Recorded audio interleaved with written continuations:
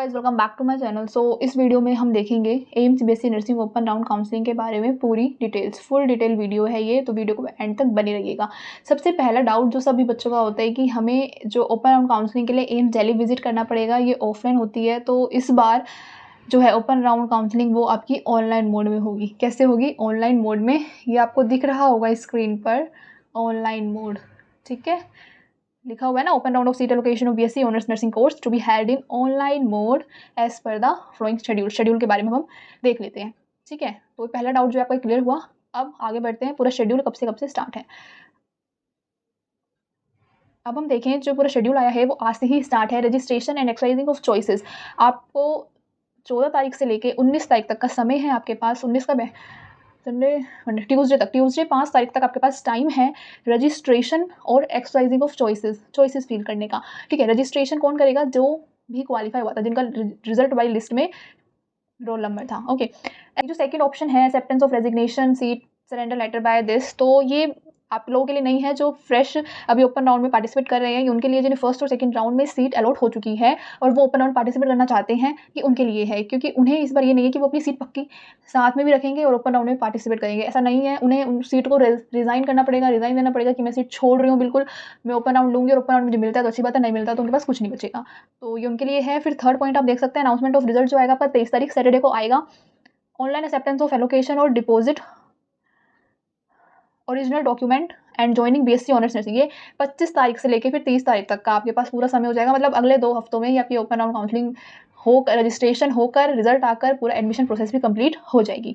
ठीक है, तो जो आपको यहाँ पे आप दिख रहा होगा vacant seat position will be uploaded, ये vacant seat position will be uploaded on website in due course of time. However number of seats में change at the time of seat allocation. Okay, कुछ seat change हो सकती है, कम तो नहीं होंगी, बढ़ती ही हैं अगर कोई रिजाइन दे देगा इस टाइप से ऐसे करके। ठीक है, तो सीट के बारे में बताऊंगी। टोटल 173 सीट्स हमारे पास, कितनी?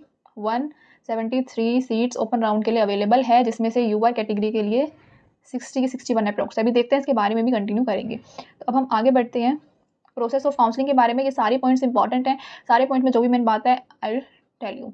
तो फर्स्ट पॉइंट आप देखिए, आप सबको दिख रहा होगा, candidate holding a previous round of online seat allocation is not eligible to participate in open round of seat allocation. वही बात है, जिन्होंने पहले सीट मिल गई है वो एलिजिबल नहीं है। अगर उन्हें पार्ट लेना है तो उन्हें रिजाइन देना होगा अपनी पुरानी वाली सीट का। 19 तारीख तक वो दे सकते हैं अगर वो पार्टिसिपेट कर रहे हैं। और अगर फ्यूचर में पाया गया, मतलब बाद में कि उन्होंने अपनी पहले वाली सीट नहीं छोड़ी थी, तो उनके पे अच्छा खासा मतलब पेनल्टी वो लगा देंगे। तो ठीक है, उसके बाद फिर हमारा जो सेकंड है, ठीक है, कौन एलिजिबल है वो बताया है, जो भी पास हुए थे, जिनका रिजल्ट लिस्ट में रोल नंबर था।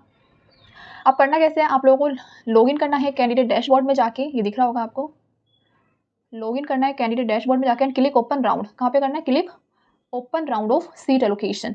ठीक है, तो वहीं पर link for the portal will be activated for eligible candidates on my page accessibly logging the using.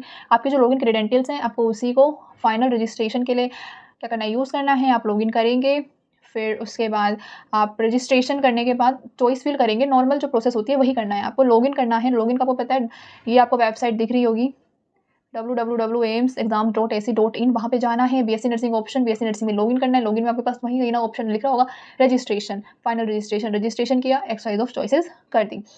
ठीक है, फिर ये सब करने के बाद स्टेप 2 क्या है? स्टेप हमें 25,000 रुपीज़ आपको पे करने होंगे। ये क्या है? एक सिक्योरिटी डिपॉजिट है, 25,000 रुपीज़। ठीक है, स्टेप थर्ड क्या है?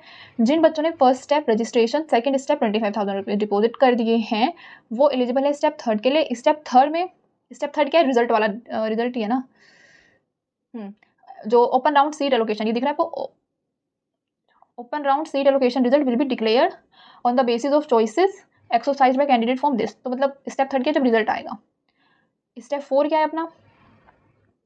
कैंडिडेट विल बी, अब अगर आपको ओपन राउंड में सीट मिल गई ना, तो वो आपको एक्सेप्ट करनी पड़ेगी, आपको ज्वाइन करना पड़ेगा। अगर आपने ज्वाइन नहीं करी तो वो जो आपने सिक्योरिटी डिपॉजिट पे किया था वो आपके हाथों से चला जाएगा, वो आपको रिफंड नहीं होगा। ठीक है, तो ओपन राउंड में अगर आपको एडमिशन लेना है तभी आप ओपन राउंड में पार्टिसिपेट कीजिए, क्योंकि अगर आपको बाई चांस सीट मिल जाती है तो आपके 25,000 रुपीज़ भी गए।